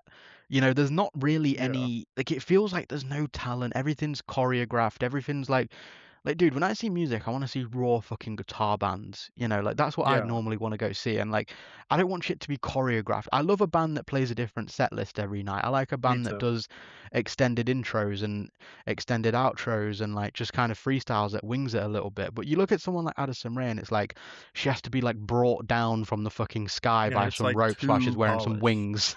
Yeah, it's like, what are we doing here? And she has that fucking, that mic that they have around their like Yeah. ear that they like, dude, fucking hold a mic. Like the audio, Yeah. like the quality is, the sound is better when you're holding the mic, My not those thing is, stupid. right, Oh, yeah, I've said this for years, you're probably sick of hearing me say it. Music is always better when it sounds different live, when it, like, actually has that live energy. Because I saw Def yeah, Leppard a few years ago, and I love Def Leppard, right? Like, I'm a big just rock guy in general, and that includes, like, '80s rock. But when I saw them last time, I couldn't tell if they were playing to a track or not because of how just, like, they just it sounded like they were dialing it in. It sounded like it yeah, was yeah, just, "This is how the song goes. like This is the robotic almost, exact like solo that we played on the album. Okay, yeah, here's the like next one." yeah, yeah. I get you, and I think it's I've just noticed it especially from looking at like Sorry. like no, you're good. Like Coachella comment sections and just reviews of the festival. I think people are over it. I think as well, like there is a shift, and I think we're seeing it even with like, and this is gonna not go down well at all, but like like someone like Olivia Rodrigo. I think that she is like breaking the mold a little bit as well. I Like would agree. I don't think she's like categorized as like a Taylor Swift type of pop star. Like I think she leans into like I mean I've seen a few live performances. Not I don't I've not actually seen her live, but like I've seen Yeah. live recordings and stuff. And it sounds pretty good. Like it almost kind of Yeah. sounds like you're at like a punk rock show in I a way. mean, Like it that's why, sounds like, as much shit as we give to modern pop acts, there is a reason why bands like Die Spitz are opening for her, you know? yeah, yeah, there's a shift. I think people, because we were saying this on the other app, I think, as well, and it's like people are going to go to that show. And as weird as it is having Dice Bits open for someone like Olivia, people are going to walk out of that and go, you know what, Dice Bits are pretty fucking cool. Yeah, and And then then they're that going might to, open their way to, like, another band, and then another band, and then by the time they come out a few years later, they'll like the same music that we do. exactly, and then they'll deep dive the genre, they'll be like, oh, Dice Bits are kind of like a punky, grungy band. So they're going to go down a punk rabbit hole. They're going to go down a grunge rabbit hole. Yeah, one They're of going to these find days, all these. we see Olivia Rodrigo fans at a speed show. We see Olivia Rodrigo fans at a Dining with Devil show. Yeah, yeah. Who says they're not already been? That's true. Yeah, I'll be there. So, Yeah, you will. um, but yeah, we could see Olivia Rodrigo fans in a speed mosh pit, which would be amazing for me. Well, my thing Um, is, it would be amazing for you because you would fucking crowd kill every one of them. well, I'm not saying anything, but I am uh, for you. I mean, Uh, Jocelyn, do you see a shift in yeah. in in in stuff like that? Obviously, you're in the industry a little bit. Like, do you see a shift in the bookings? Maybe, like, are you noticing that there's like some stranger like even like this might sound crazy, and I'm not the biggest fan of Billy Corgan after his latest thing, but like Somber bringing Billy Corgan up on stage, is that like a shift? Like in my opinion, that's a I shift. I feel like in a lot of ways people are passing on the torch to other artists, whether we like them or not. And I feel like that's why we see things like Madonna with Sabrina Carpenter, Billy Corgan with Somber. I think that's why we're seeing, I mean, very Ozzy with Youngblood. controversial. Yeah, I mean, controversial take. Not that I fully agree with this, but or not even. I don't even think I agree with this. Interpol opening for Somber, like this is just we're seeing a shift, a movement, a torch being passed on. And I also think that, like, again, although I don't agree necessarily or agree with fucking Interpol opening for Somber, I think that maybe they do stuff like that. Yes, I not to share too much, I am aware that they're again all connections, all people who know each other and in the background kind of pulling some strings, but more so because I think in a way they're trying to maybe get Interpol a younger audience. Um, and so again, maybe that's where they're also doing the kind of like younger audiences opening up for Foo Fighters and whatnot. I mean, Yeah, I'll give Foo Fighters and Dave Grohl like a lot of credit for that, to be honest. I think that they seem to really catapult a lot of like female fronted bands in the yeah. last few years. Yeah. Like they had Wet Leg opening for them in like 2024 in the UK. Hmm. They've got Dice Bits with them this summer for a couple shows. Yeah. So the show after I see them, they have Dice Bits and like Royal Otis, I think. But do you know what though? It annoys me a little bit. I'm not gonna lie. So when you're going to go see Foo Fighters, like Dice Bits is like the perfect opener, right?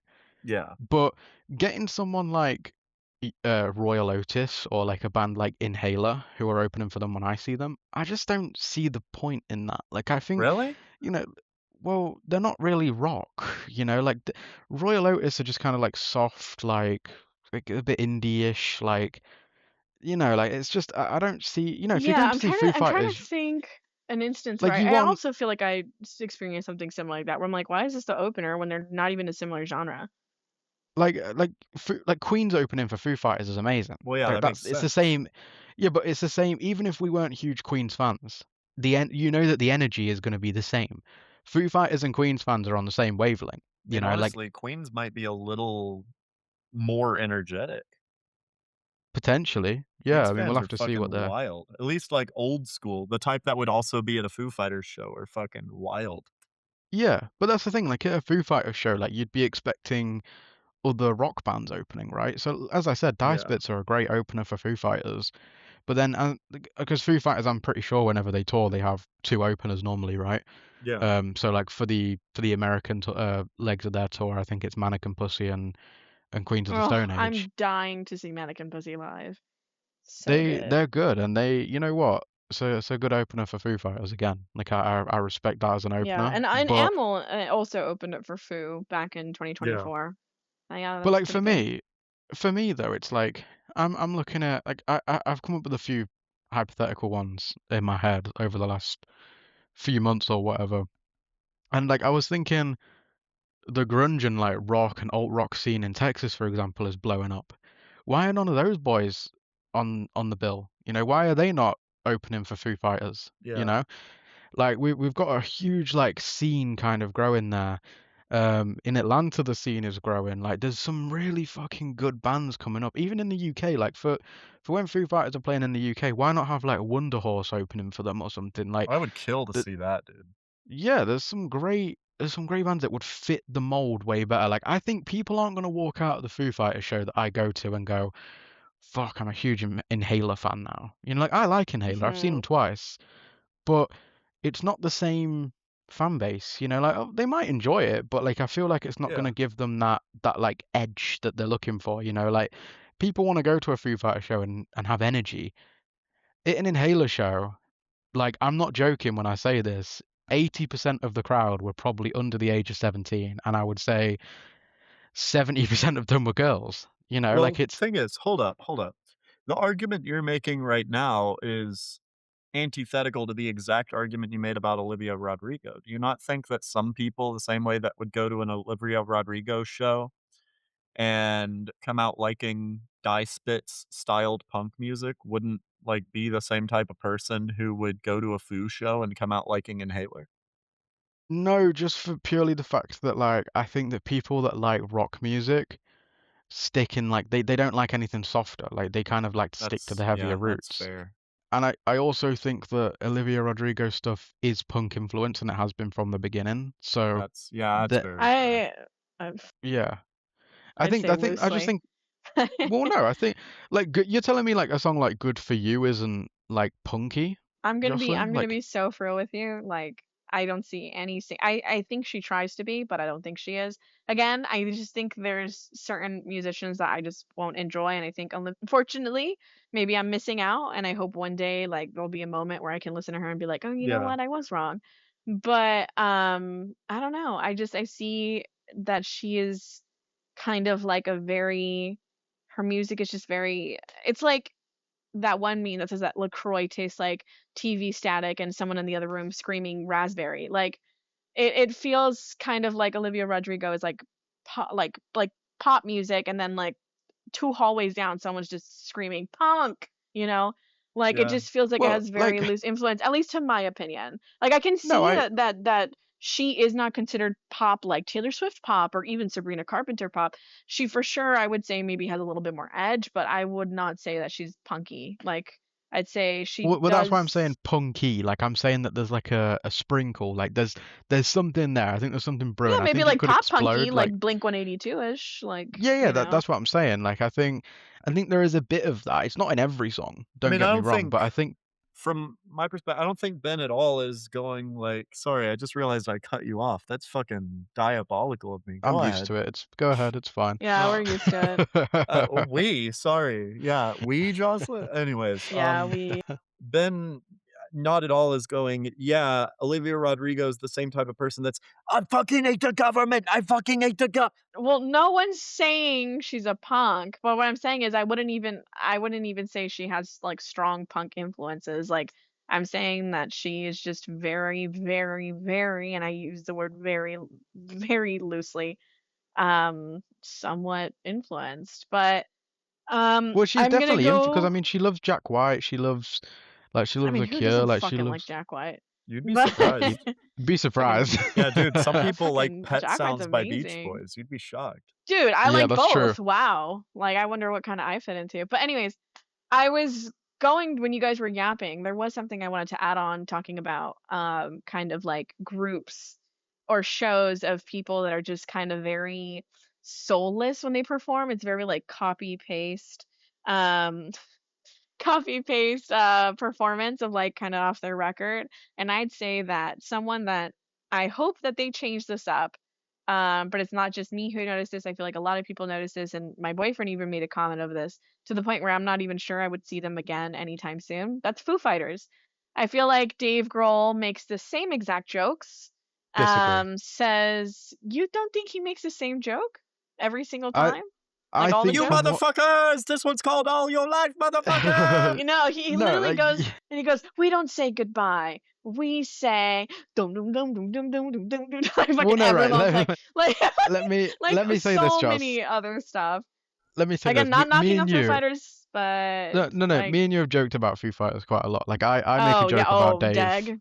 I mean, Yeah. Classic classic I make Deg. a joke about Dave, like his style, like when he sings. Like I'm not gonna do it on the pod, but like it's he just kind of like screams and shouts into the mic sometimes, and it's like he's not even. Yeah, and it's like What I if don't I get say that. I'm not? Yeah, hell yeah, bro. Like he What Dude, if I doesn't say I'm not? finish. Yeah, He doesn't motherfucker! finish the sentences, and like he'll just scream. But like to be honest, that kind of goes to what me and Andy were saying. But that's kind of good. Like it's different. Like it's but I feel and like it's he does like that every time. It Like but gets it's a they do little. still. extended outros, they do extended Yeah, intros. Like I they don't know. jam I out. feel Like like it's just again from the times I've seen them, I feel like there's nothing really new being brought to the table. Like again, does it? I well, think there is I'm now. also. and I it's There's a your new also think favorite album. that toy. Your well, favorite toy is being brought to the I window, also feel Jocelyn. like maybe I'm privileged in the sense that I've seen them so many times that I'm kind of like, like I'm sure that if you are a big fan, you will love it every single time. Also, that being said, their audience is literally nothing but fucking like 60-year-olds, like literally nothing but 60-year-olds, and like to the point where I thought I walked into a fucking Grateful Dead show. But I think yeah, if you love them, I think a Pet Shop. You mean Pet Sounds? Pet Sounds, yeah, Pet Bro Sounds. meant fucking Pet Shop Boys. Fucking Yeah. West Dude, I Anyway. End love the Pet Shop Girls. Boys by the Beach Dudes. That's crazy. Um, but yeah, that's just my take on that. I feel like I would really like it if certain bands like that would kind of maybe bring something new to the table, not album wise, but kind of more performance Yeah. wise. And yeah, that's it. Okay. That's it Well, for me. I disagree, and I'm right. So yeah, that's fair. I get that. Um. Moving on though, I just want to ask like a couple more for you, Josh, before we kind of wrap things up. I know we're at an hour and a half now, so I don't want to go like too overkill. But we've got a couple more questions. I want to do this like really fucking quick fire, All right, all right. if that's all One right. word answers only. Yeah. You get 10 seconds per answer. Okay. Yeah. Okay, so Ronan asks, do you think big concerts compared to small venues make some bands lose their soul? Yes. Who asked this? Ronan. All right. Well, I'd say that I feel like basically I why are you guys laughing? What's so funny? I feel like What basically what's that so like funny? anyways, what's your answer? I'm trying to I like feel guess like your answer. Yeah, I'm guessing your so answer, yeah. I'd say I mean I kind of answered something like this similar to Ben yesterday. I'd say that I believe certain artists are phenomenal in intimate venues. I think it's honestly like the best way to see them. But I do think that there's other artists like fucking Flaming Lips that need to be in big phenomenal venues where they can Yeah. just fucking blow your mind. Like 9 I Inch think Nails too. yes. Oh yeah, like yes, I do think that maybe it would be cool to see Nine Inch Nails or Flaming Lips in a small venue, but I mean, it's They just they thrive on need the spectacle, yeah. platform. Yeah, they Can need you a platform to go crazy. Can you imagine Kiss in a 50 capacity room? Jesus Christ. Can you Yeah, imagine no. midget Kiss in 50 capacity room? I can, I can, I can. Shout out to Um, Lolly. yeah, shout out Lally. What's the other questions? Well, who's your like? Do you have like? Is there an Yeah, you answer that you didn't can give maybe? she gave an answer, dude. Yeah. Well, no, but like, is there an artist so that you can say that like you've seen in a big concert or you've seen in a small venue and like they've Oh, been oh, wildly different? oh, I mean, perfect example, Paul McCartney. I actually think that the first time I saw Paul McCartney at oh my God, SoFi Stadium out here in Los Angeles, once they launched the venue because it was under construction for so many years. I want to say this was back maybe like 2022. It was good, but I actually this is gonna sound fucked up, but there was a point where I thought to myself, like, man, it's time to retire. Um, but then I saw him at the Fonda Theater, for, like, the private shows, like, the 2 nights at the Fonda Theater, and I was actually blown away. Like, I actually thought it actually registered to me that not only was I under the same roof as Elton John, fucking, the Osbourne family, Ringo Starr, all these phenomenal big artists, but that I was witnessing history, that I was seeing, I think, the best it was like seeing Paul be rejuvenated alive again. It was insane. So Yeah. I think that's my best answer. I'd say Paul McCartney was actually, yeah, for sure, someone that was better in an intimate setting. Do you have one, Andy? Yes, I think the best because I saw Catacombs twice, right? Mhm, And I think Queens honestly excels at smaller venues. I saw them at the Moody Center, which is like a 40,000 capacity venue. Then I saw them at, I forget the name, somewhere in Boston, Fenway Music Hall in Boston, which is like a 3,000 capacity. And mhm, then I saw Catacombs at, like, the Bass Concert Hall, and then I saw them at ACL, and Queens always just excels in more intimate environments because Josh will, like, pick on certain people in the crowd the whole show, mhm. or, like, they just have more energy, you know? What Yeah. about Yeah, you, Ben? What's your yeah. answer? Um, based on who I've seen, I mean, Joey Valence and Yeah, Prince. I'd have to say Joey for you, Shibai. well, to be honest, I don't think they would really work on like a. Well, would they? No, they'd work on a big stage. Actually, Oh, yeah. yeah, Now I I take think they'd that be back. awesome, yeah. Yeah, they would. Yeah. I don't know. I mean, when I saw Queens, I saw them at like there's probably like 6,000 people there, which I think Yeah, is quite small for a Mhm, Queens crowd probably. So I was very grateful I got to see them there. I think they excelled in that space. I saw Wet Leg in a small venue. I think that's going to be the last time they play a small venue. yeah, mhm, In a while, they've been blown up lately. It wouldn't surprise me if next year or the year after they're doing big arenas in America and in England. yeah, mhm, And they were really good there. Like I think it's just like it's easier to get everyone in the room on board in a small show, I would say. Like in a big show, it's hard to hook everyone, because at a big show, there's probably a lot more people that are bringing plus ones with them that aren't really engaged in the show. Like like I think at a smaller venue, you kind of get in if a big artist plays a small venue, it's selling out in seconds, and it's kind of the die-hard fans that are getting in there, So you're just gonna have a better experience. Like everyone's just like up for it. The band are up for it. Like I imagine that those Intimate Foo Fighters gigs were probably pretty good. That they were doing. Um, I would say Queens is. I'd agree with you. I never got to go to the Catacomb shows, but I think Queens probably do excel in a smaller venue. Like Josh likes to interact with the crowd and stuff. I think that suits him more in a smaller yeah, Oh, yeah, and venue. for sure. Yeah, I'd probably go with that. But like I said, I've not been to like thousands of shows, like, or hundreds of shows, like I know that like probably you two have, just purely just based on where I live. But Queens yeah. definitely, I would say. Do we have Yeah. time for one more? Yeah. Let me grab one quickly. We got a bunch of questions. Yeah. Yeah, we got a lot. What is the weirdest crowd interaction that you've had? Weirdest crowd interaction. Can It I tell like it mine? doesn't. Yeah. Go Yeah. ahead. Uh Queens in Boston, a dude brought brass knuckles into the pit and knocked me out cold during Songs for the Deaf. Bullshit. It's this actually like, I have a The guy was video. Nick Oliveri. I have a video of me holding up my phone during Song for the Deaf, and then my phone just drops to the ground.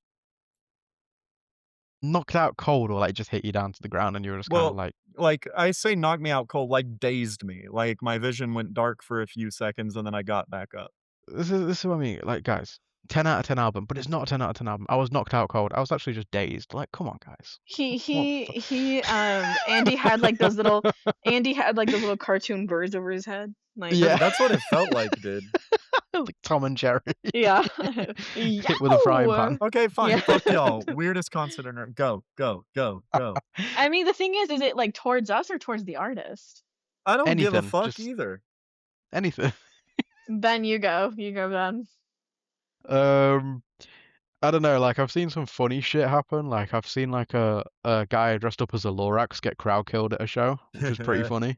Oh my gosh. That was probably a highlight of anything I've ever done. But I would say the weirdest one that I've had would have probably have been when I saw Joey Valence and Bray and this girl, well, dude, there was a dude and a girl, and this dude before the show, they wouldn't let him into the venue because he had a giant bottle of vodka, Mhm. and he literally like downed like the entire bottle of vodka, like threw it Oh in the my bin, god. and was like, so he said to the security guy, he was like, "Can I come in now?" And the security guy was just like, "Yeah, sure." And it's like that was a mistake. So Jesus he Christ. comes into the show, and I'm drinking a Jack and Coke, right? While the opener was kind of like fucking around and being on, like I was kind of like towards the back, made my way into the front, and ended up standing next to these guys. And this guy was like, "Oh, hey, bro, can I get you a cup?" And I'm like, "Yeah, sure," because it was just an empty cup. Like I had nowhere to put it. I was like, "Yeah, sure." Yeah. Dude just starts munching on the ice in my cup. He just starts like that I've just drank out of, and I'm What like, the fuck? okay. And then the girl that he was with, like halfway through the set, was like grabbing me and like trying to kiss me and stuff. It was very strange, like very just weird. And like obviously I just Yeah. brush it off and like, it's funny, it's whatever. But like imagine if that's someone that's like a bit more vulnerable than like I am, you know, like it's kind of fucked up. Top Um, 10 things that never happened. I'm Yeah, joking. God, dude, I that went to a fuck, show. The girl that's kept trying to Andy's. neck on with me. What about That's you, Joss? literally What's Andy's. yours? Andy's like, yeah, I fucking got spin kicked in the mosh pit and knocked out cold. Then I Literally not revived what I myself said. and moshed to the rest of the Yeah, song. whatever. Yeah. Okay, Yeah. whatever. Joss, what about you? Um, I was thinking about it, and I think that the weirdest interaction I ever had was the time that I brought Brass Knuckles to a Queen show, That's and crazy. Yeah, I you knocked out crowd a killed this twink. Knocked a guy. twink Yeah, out. you knocked a Yeah. twink out. Yeah. I knocked a twink out. I'd say honestly, weirdest interaction I ever had. Honestly, I feel like for the most part, every show I've ever been to, like people have been really nice and not strange. Um, Oasis, was it? Oasis? No, I feel like everyone just very nice. Like no one, I've never kind of seen anyone punch anyone or fight, or I've never really seen anyone like go up on stage Has and do bro something ever been stupid. to a show? Bro's never lived. No. Like I'm lucky that I've never really like I've had instances where I've talked to like the artist who's performing, or I've had something Yeah. cool like that happen. But like I talked to Kathleen Hanna when she was on stage for Bikini Kill, right, on their last tour. Um I got I'm glad you to said have Bikini Kill. I have no idea who that was then before you said that. Jesus. Yeah, I had like really cool instances like that where, I just got to have cool interactions. I don't know, just weirdos who try to I guess like this is gonna sound kind of vague, but I guess like at the Catacomb show, like seeing people stand up and like trying to hug and kiss Josh Oh, forcefully, or yeah. like sticking their phone in his face, or especially because it's a bit different because he is honestly one of the only references I have for yes, people do tend to like jump into the crowd and like crowd surf and then they go back, but I think like 90% of the show, the Queen show, he was like in the crowd. So it leads to like I guess lots of opportunity for drunk people to think that they're like main character or whatever the fuck you call it. And like there was an instance where Josh was like standing, I think, like in front of a woman, and with no exaggeration, guys, I think she had her phone like about like 4 inches away from his face with flash fully blasting. I don't know. Like I was actually waiting for him to like fucking push her phone away from him Yeah. because it was that bad, and he didn't do anything. I guess he was just in a good mood. But does it have to do with the crowd? Oh no, it said weird concert interaction. Yeah, yeah, yeah. Yes. I went to go see a band called, again, whatever, call it performative or not. They're called Brian Jonestown Massacre. I don't know if you guys have heard of them. And the lead singer, his name is Anton, and he is just he's like the Morrissey of the fucking like desert psychedelic rock scene.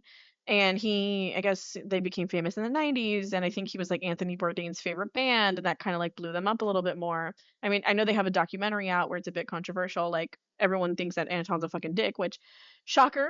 When I went to go see him, he, with no exaggeration, guys, I wish I was exaggerating. I actually had two friends that were there with me that day. Was tuning his instruments in the middle of a show nonstop for I want to say maybe 10 to 15 minutes.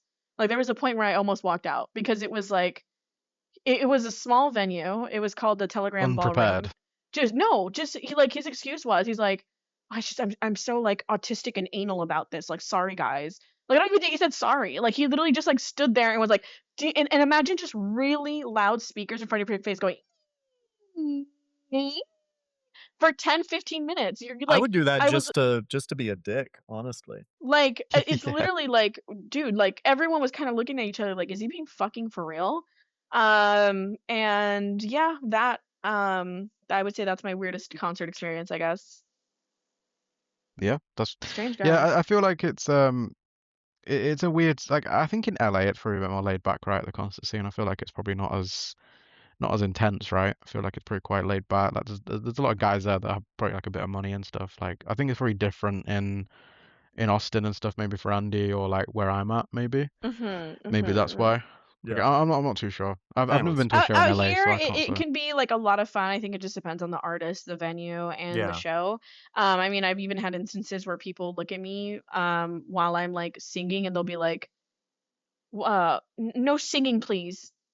Like no Yeah. singing, no, no, no, no. What the fuck are you doing in a show? First off, I'm not even singing loudly than the artist. I'm like quietly Yeah. singing to myself. Or they'll be like, or it'll be before the show starts, and they'll look back and they'll be like, "Can you guys not talk?" I'm sorry, the opener's not even on stage yet. What do you mean? Can you not Oh, talk? I just tell Yeah. them to shut the fuck up. Like Oh, we laughed I really can't. hard in her face. She was like a 60-year-old like Yeah. pretentious hippie. Like we just like laughed in her face. Yeah, I can't be dealing with people telling me what to do. Like I've paid to be there. As long as I'm not being a total cunt, I can do whatever the fuck I want. Yeah, You like know, and the it's the lights same for aren't anyone in even Yeah. there. dimmed. Like the lights aren't even dimmed. And the thing is, I think maybe she targeted us because we were one of the youngest people in the venue. So it's like, why are you telling no one else anything? Like, don't be ridiculous, Yeah, woman. But yeah, that's yeah. that's really it. Well, I think Yeah. that'll probably I think that that's that'll wrap probably things it, up. yeah. Yeah, All right. I think it's been a good episode, right? I feel like I think we've all so, had yeah. fun. A lot of fun Yeah, with our first guest. Hell yeah. But yeah, you thank have a you good time. guys for tuning in. Thank you guys for Yeah, having me. All right. thanks guys, See appreciate y'all it. next week. Bye. Cheers.